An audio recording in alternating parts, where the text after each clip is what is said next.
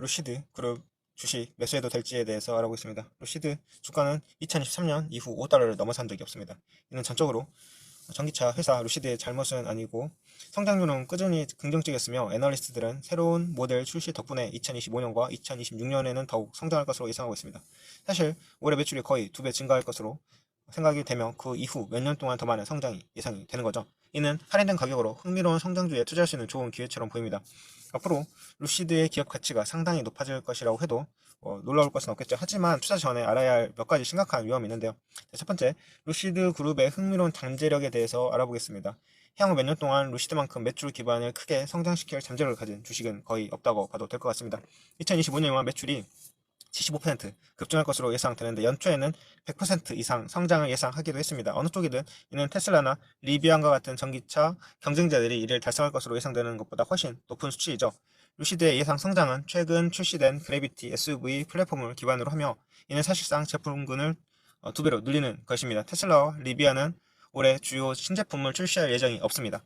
전기차 주식이 시장의 존경을 얻기 위해서 할 수 있는 일들은 많이 있는데요. 예를 들어서 긍정적인 매출, 총이익, 그로스 마진을 달성하면 투자자들에게 경영진이 자동차를 생산하고 이익을 내며 판매할 수 있음을 증명할 수 있습니다. 비록 성장과 막대한 투자 기간 동안 총 순이익이 마이너스로 유지될 것이라고 해도 말이죠. 하지만 전기차 제조업체가 할 수 있는 가장 좋은 방법은 대중시장 모델을 도로 내놓는 것입니다. 이는 대부분의 전기차 제조업체가 시작하는 고급 라인업보다 훨씬 더 저렴한 모델들입니다.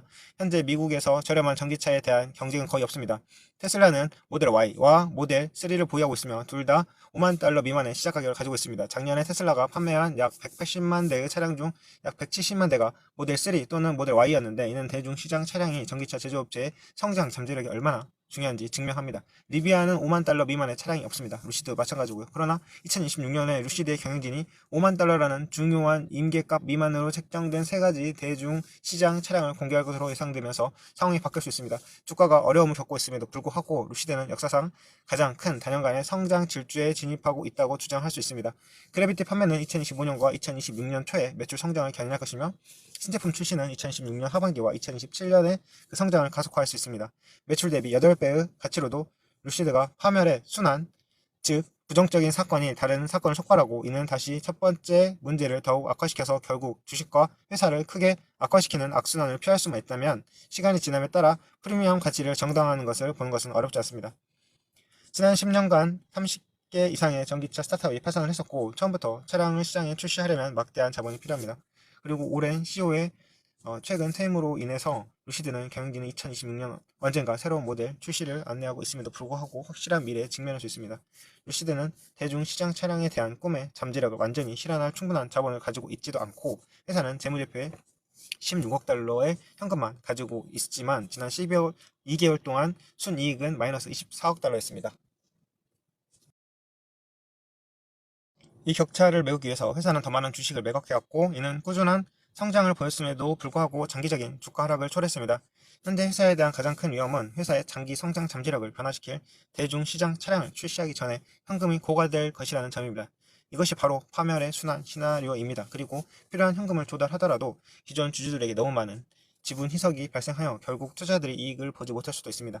루시드의 미래는 잠재적인 성장 궤도에 따라서 매우 밝지만 저렴한 자금 조달의 부족은 전체 투자 논지를 망칠 수 있습니다. 상승 잠재력은 여전히 루시드를 장기적인 관점을 가진 매우 공격적인 성장 투자자에게 적합하게 만듭니다. 그러나 대부분의 투자자들은 관망하는 게 좋지 않을까 생각을 해보고요.